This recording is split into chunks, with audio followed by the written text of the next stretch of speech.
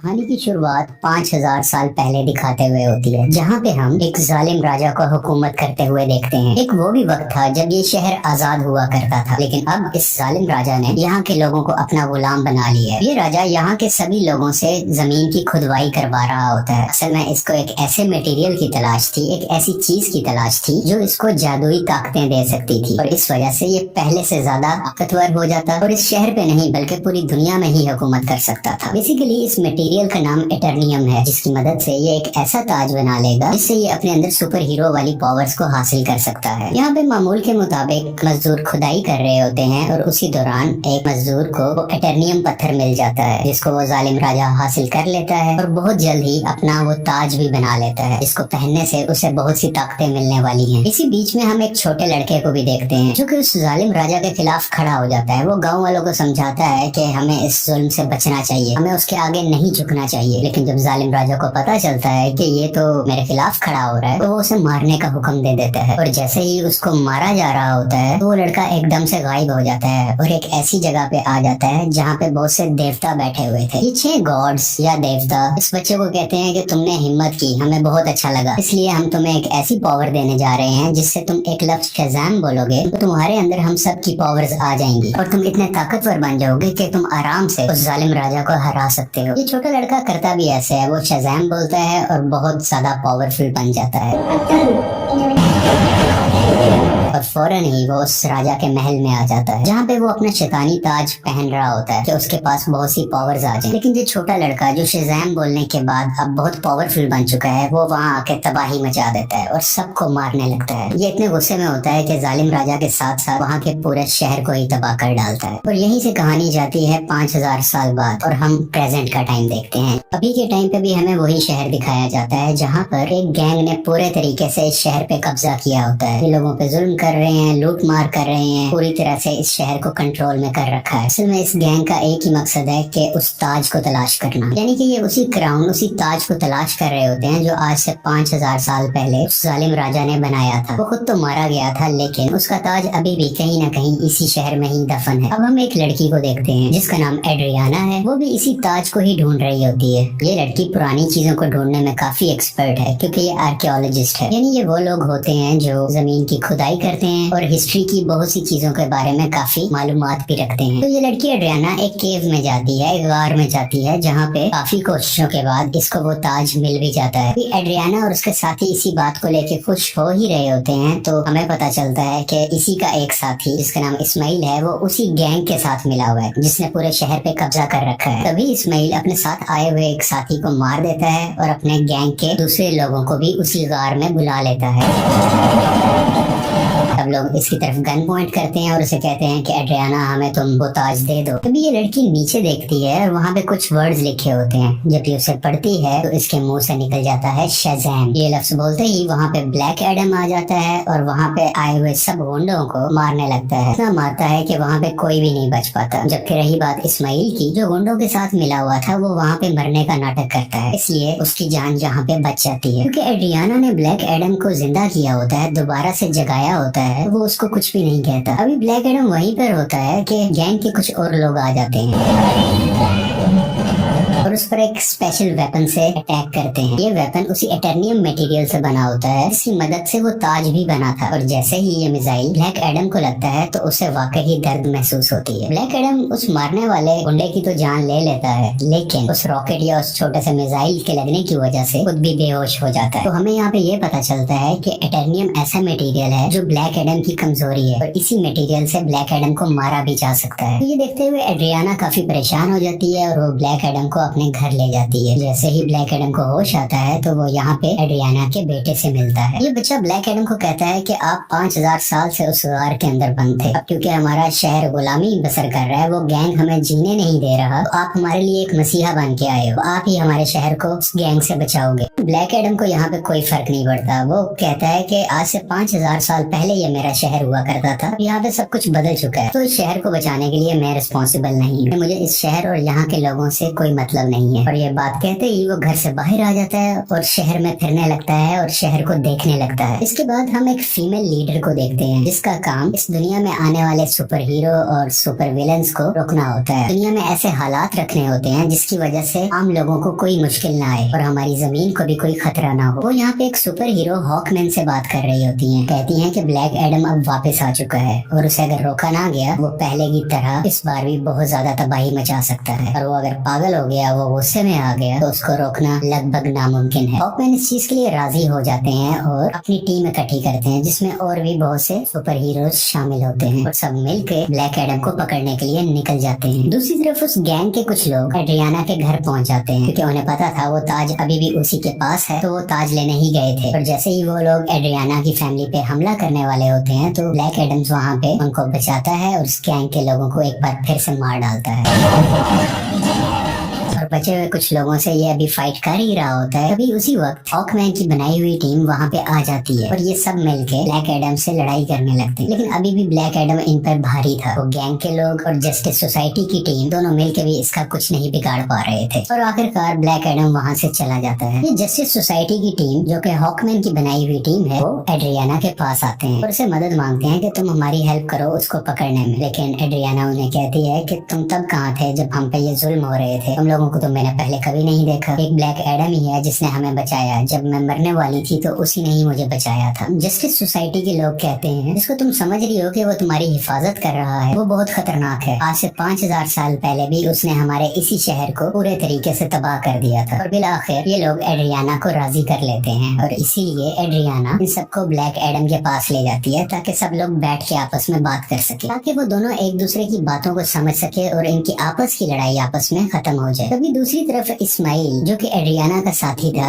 वो उसके घर में एंटर हो जाता है ताकि वो ताज वहाँ से ढूंढ सके और उसका इस्तेमाल अपने लिए कर सके। लेकिन जब उसे वो ताज नहीं मिलता तो वो गुस्से में एड्रियाना के बेटे को उठा के अपने साथ ही ले जाता है। यहाँ काफी चालाकी से इसका बेटा अपनी मदर यानी एड्रियाना को फोन कर देता है और सब कुछ बता देता है कि मुझे किडनैप कर लिया गया है, मुझे इस्माइल ने ही किडनैप किया है। सुन के ये काफी परेशान हो जाती है, इसलिए ये जस्टिस सोसाइटी और ब्लैक एडम से हेल्प मांगती है, मेरे बेटे को वापस लाने में मेरी मदद करो। और ये दोनों राजी भी हो जाते हैं और मिलकर उसके बेटे को ढूंढने लगते हैं। यहीं पर हॉकमैन उस गैंग के 2 आदमियों को पकड़ लेता है। मार के पूछने पे उसे पता चलता है कि इस्माइल कहाँ पे है। इस्माइल ने उसके बेटे को एक खुफिया जगह में रखा है जो कि एक रेगिस्तान में है। और जब ये सब यानी ब्लैक एडम और जस्टिस सोसाइटी उस जगह पर पहुंचते हैं तो देखते हैं कि इस्माइल ने उसके बेटे पे गन पॉइंट की हुई है। और यहाँ पे इस्माइल एक राज बताता है कि वो गैंग जो पूरे शहर में तबाही मचा रहा है उसका लीडर मैं ही हूँ और ये सब गुंडे मेरे लिए ही काम करते हैं। इसलिए वो एड्रियाना को कहता है कि अगर तुम्हें अपने बेटे की जान बचानी है तो मुझे वो ताज दे दो। तो ये परेशान माँ उसको वो ताज दे देती है ताकि उसके बेटे की जान बच सके। लेकिन इसके बावजूद भी वो उस बच्चे पे गोली चला देता है। और जैसे ही ब्लैक एडम ये देखता है तो वो तेज स्पीड से उड़ता हुआ उसके आगे आकर उस बच्चे की जान बचा लेता है और यहाँ पे इस्माइल को अपनी लाइटनिंग से जला के मुकम्मल तरीके से खत्म कर डालता है।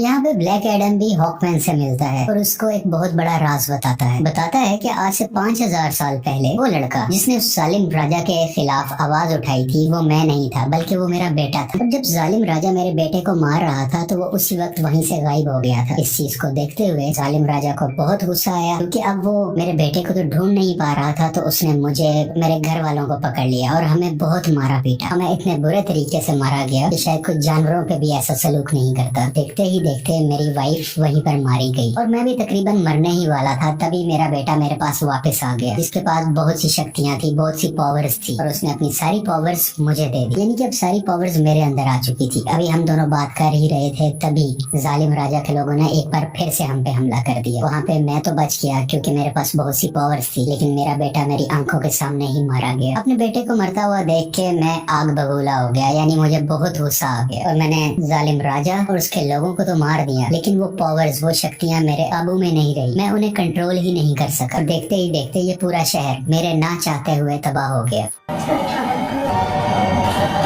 मेरा ऐसा करने की वजह से उन देवताओं ने, जिन्होंने मेरे बेटे को शक्ति दी और वो शक्ति अब मेरे पास है, वो बहुत नाराज हो चुके थे कि मैंने अपनी पावर का मिसयूज किया है, मैंने अपनी पावर को कंट्रोल में नहीं रखा। इसीलिए उन्होंने मुझे उस केव में बंद कर रखा और मैं कई हजार साल तक उस केव, उस गार के अंदर बंद रहा। जब एड्रियाना ने आके नाम लिया तो मैं एक बार दोबारा से जिंदा हो गया। यहाँ पे ब्लैक एडम को अभी भी बहुत अफसोस होता है कि उसकी वजह से पहले भी बहुत ज्यादा तबाही मची और अब भी बहुत ज्यादा तबाही मची है, बहुत से लोग मारे गए। वो हॉकमैन को कहता है कि मैं सरेंडर करना चाहता हूँ, मैं अपनी पावर्स को खत्म करके तुम लोगों के हवाले करना चाहता हूँ ताकि मेरी वजह से किसी को कोई नुकसान ना पहुंचे। इसके बाद ब्लैक एडम शज़ैम का वर्ड बोलता है, जिससे वो वापस से अपनी एक नॉर्मल फॉर्म में आ जाता है, यानी वो एक नॉर्मल इंसान बन जाता है जिसके पास इस वक्त सुपर पावर्स नहीं है। और जब तक ये दोबारा शज़ैम नहीं बोलेगा तब तक ये वापस से ब्लैक एडम नहीं बन सकता। इसलिए ये इनसे रिक्वेस्ट भी करता है, तुम मेरे साथ कुछ ऐसा करो कि मैं दोबारा से ये वर्ड बोल ही ना सकूं। आखिरकार ब्लैक एडम को पानी के अंदर डाल दिया जाता है और उसके मुंह में एक ऐसी डिवाइस लगा दी जाती है जिस वजह से ये बोल ही ना पाए। ये एक छोटी सी जेल होती है जिसमें ब्लैक एडम को बंद कर दिया जाता है। दूसरी तरफ हमें इस्माइल को दिखाया जाता है जो कि मर चुका था और अब वो हेल के अंदर आ गया है। इस्माइल को एक बात शुरू से पता थी कि अगर वो उस ताज की ताकत को हासिल करना चाहता है तो उसका तरीका ये है कि उसको वो ताज अपने हाथ में पकड़ना होगा और उसी वक्त कोई ना कोई उसको मारे ताकि वो मर के हेल में आ जाए, यानी कि जहन्नुम में आ जाए और वो हेल के डीमन से यहाँ पे मिल सके जिनसे वो पावर हासिल कर सके। ये सारी बातें इस्माइल शुरू से ही जानता था, इसीलिए उसने ब्लैक एडम को उकसाया कि मैं जैसे ही एड्रियाना के बेटे को मारूंगा ब्लैक एडम आके उसे बचाएगा और मुझे मार डालेगा। और उसी वक्त ताज भी उसके हाथ में ही था। ये सब बातें ये शुरू से जानता था और सब कुछ इसके प्लान के मुताबिक ही हो रहा था। यहाँ हेल के डीमंस इस्माइल से मिलते हैं और उसको अपनी पावर्स दे देते। पहले जैसा इंसान नहीं था, ये सबाक बन चुका होता है। इन पावर्स के साथ इस दुनिया में आ जाता है और हर तरफ तबाही मचाने लगता है। जैसे ही जस्टिस सोसाइटी को इसके बारे में पता चलता है तो वो इसके मुकाबले के लिए इसके सामने आते हैं। यहाँ पे काफी देर लड़ाई चलती रहती है, लेकिन सबाक क्योंकि बहुत ज्यादा पावरफुल था, ये सब मिल के भी उसको नहीं रोक पा रहे थे।